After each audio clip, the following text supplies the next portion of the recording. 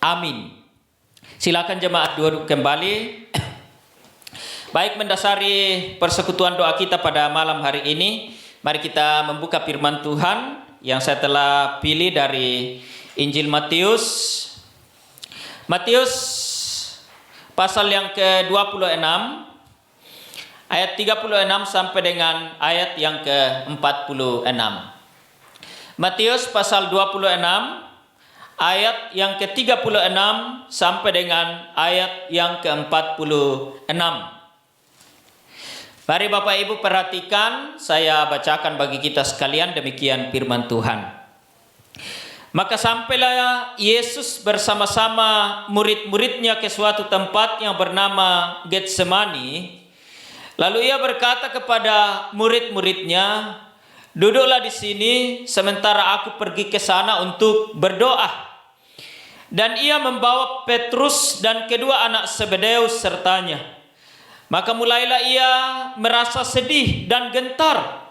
Lalu katanya kepada mereka, "Hatiku sangat sedih seperti mau mati rasanya. Tinggallah di sini dan berjaga-jagalah dengan aku." Maka ia maju sedikit, lalu sujud dan berdoa katanya, "Ya Bapakku, jikalau sekiranya mungkin, biarlah cawan ini lalu daripadaku. Tetapi janganlah seperti yang ku kehendaki, melainkan seperti yang Engkau kehendaki." Setelah itu ia kembali kepada murid-muridnya itu dan mendapati mereka sedang tidur. Dan ia berkata kepada Petrus, "Tidakkah kamu sanggup berjaga-jaga 1 jam dengan aku? Berjaga-jagalah dan berdoalah, supaya kamu jangan jatuh ke dalam pencobaan. Roh memang penurut, tetapi daging lemah." Lalu ia pergi untuk kedua kalinya dan berdoa katanya, "Ya Bapakku, jikalau cawan ini tidak mungkin lalu, kecuali apabila aku meminumnya, jadilah kehendak-Mu." Dan ketika ia kembali pula, ia mendapati mereka sedang tidur, sebab mata mereka sudah berat. Ia membiarkan mereka di situ lalu pergi dan berdoa untuk ketiga kalinya dan mengucapkan doa yang itu juga. Sesudah itu ia datang kepada murid-muridnya dan berkata kepada mereka, "Tidurlah sekarang dan istirahatlah. Lihat, saatnya sudah tiba bahwa Anak Manusia diserahkan ke tangan orang-orang berdosa. Bangunlah, marilah kita pergi. Dia yang menyerahkan aku sudah dekat." Amin. Demikian firman Tuhan yang saya sudah baca bagi kita sekalian. Mari kita renungkan dalam sebuah tema, yaitu daya tahan rohani. Ya, daya tahan rohani atau kemampuan bertahan, kemampuan menghadapi situasi-situasi dalam keadaan dunia sekarang ini. Nah, Bapak Ibu jemaat yang dikasihi oleh Tuhan, di saat-saat musim hujan seperti ini, biasanya ada penyakit-penyakit yang muncul. Ya. Dan kebanyakan dari penyakit yang biasa muncul adalah flu. Ya.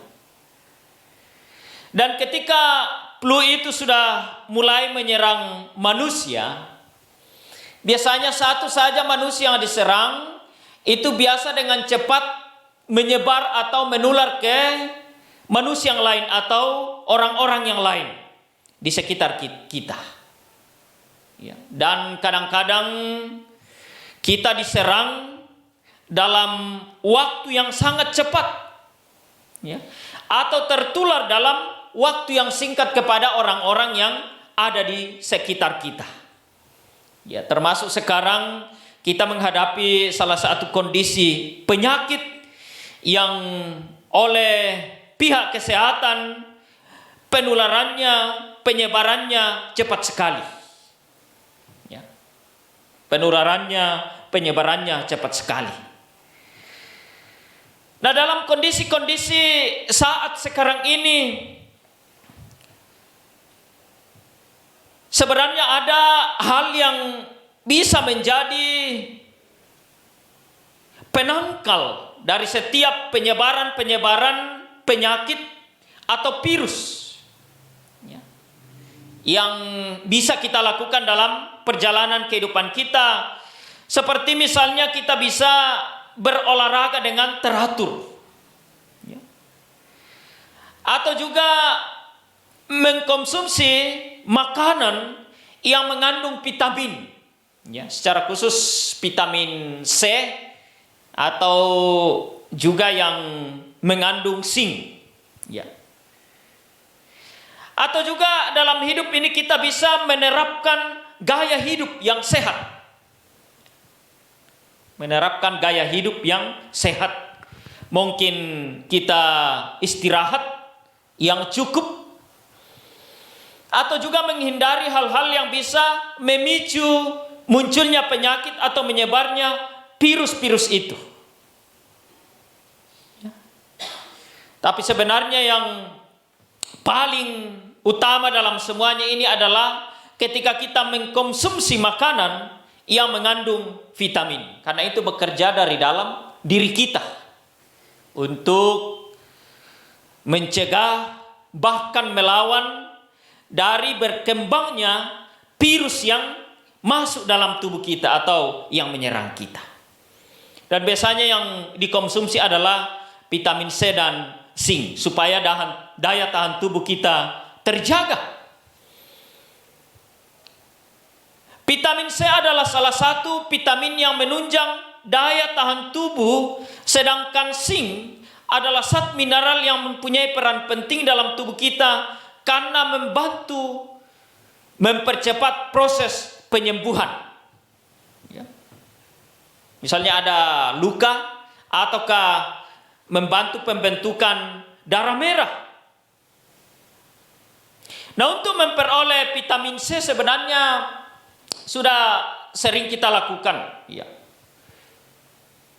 Misalnya mengkonsumsi buah-buahan, seperti mungkin tomat. Dan untuk mendapatkan zinc kita peroleh ketika kita mengkonsumsi ikan. Itu rupanya paling banyak dalam ikan. Nah, maka beruntunglah kita yang ada di kota Ambon ini yang banyak ikannya. Mudah-mudahan kita semua sadar bahwa ternyata ikan itu banyak mengandung zinc yang membantu kita untuk memiliki daya tahan tubuh untuk menangkal dari virus. Ya, kemungkinan besar juga sehingga di kota kita ini belum terlalu banyak yang terkena virus ini karena makanan yang paling banyak di kota kita ini adalah ikan. Nah, Bapak Ibu, saudara-saudari yang dikasihi oleh Tuhan, ada satu pernyataan yang selalu disampaikan yang kita dengar di mana-mana adalah mencegah selalu lebih baik daripada mengobati.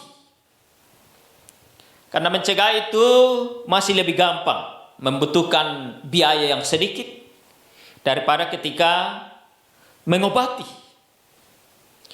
Nah, kalau secara fisik kita bisa mengusahakan supaya daya tahan tubuh ini bisa bertahan atau bisa kuat menangkal penyakit, menangkal virus, maka seharusnya juga daya tahan rohani kita harus rawat agar tidak naik turun, atau bahkan tidak turun, tapi tetap stabil untuk menangkal setiap hal-hal yang bisa menyerang jiwa kita, melemahkan jiwa kita. Nah, itu sebabnya sebagai orang Kristen, sebagai pemberi daya tahan tubuh bagi tubuh rohani kita, kita sebenarnya sudah melakukannya dalam perjalanan hidup, yaitu membaca, merenungkan, mendengarkan, dan melakukan firman Tuhan dalam kehidupan kita. Dan juga doa yang sungguh-sungguh. Sebenarnya kita sudah lakukan sudah lakukan, sedang lakukan, dan akan kita lakukan.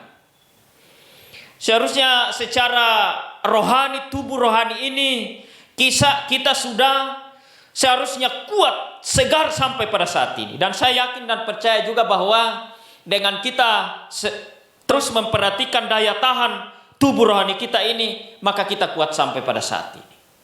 Meskipun memang secara manusiawi kita, banyak hal yang menyerang kita. Banyak hal yang terjadi di atas muka bumi ini. Tapi karena kita sudah kuat secara rohani sehingga kita mampu bertahan sampai pada saat ini. Ketika kita memperhatikan dalam pembacaan kita, Yesus dalam menghadapi pergumulan, dia mengambil waktu bersungguh-sungguh untuk berdoa. Ya, dan dikatakan bahwa Yesus dalam mengambil waktu dalam berdoa itu tidak hanya sekali, dua kali, tapi sampai 3 kali. Dan dikatakan dalam firman Tuhan bahwa doa yang diucapkan adalah doa yang itu saja, atau doa yang sama. Karena pada diri Yesus memahami bahwa untuk kuat secara rohani, maka doa yang dipanjatkan secara sungguh-sungguh kepada Tuhan itu akan memberikan daya tahan kepada dirinya. Meskipun secara manusia Yesus di sini akan menghadapi sebuah perjuangan, akan menghadapi sebuah keadaan yang berat, tapi Yesus menggunakan satu cara, yaitu berdoa, untuk memberikan kemampuan bagi dirinya untuk bertahan secara rohani. Ya. Jadi ini yang perlu kita contoh pada Yesus. Ya. Ini yang perlu kita lihat pada Yesus, bahwa untuk bertahan secara rohani, mempunyai daya tahan rohani, adalah salah satunya berdoa dengan bersungguh-sungguh. Untuk sehat secara rohani, kita tidak bisa asal-asalan berdoa. Kita tidak hanya melewatkan waktu begitu saja, rutinitas. Tapi doa yang kita panjatkan adalah betul-betul doa yang bersungguh-sungguh. Doa yang betul-betul kita panjatkan dengan begitu rendah hati dan keyakinan yang penuh bahwa Tuhan akan menyatakan kuasanya di tengah-tengah perjalanan dan di tengah-tengah doa kita kepada Tuhan. Nah, Bapak Ibu jemaat yang dikasihi oleh Tuhan, di saat badai kehidupan, secara khusus yang menjadi pergumulan kita bersama yang sampai pada saat ini kita masih hadapi, datang dalam perjalanan kehidupan kita. Dan kita tidak tahu ke depannya. Ya, meskipun manusia, orang-orang pintar, orang-orang berpengetahuan memprediksi berbagai-bagai macam prediksi tentang keadaan ini. Tapi secara manusia kita tidak tahu pasti apa yang akan terjadi. Tapi mari Bapak Ibu, kita tetap memperkuat daya tahan tubuh rohani kita dengan doa. Doa sebenarnya adalah sebuah cara yang diberikan oleh Tuhan untuk kita bisa kuat. Ya.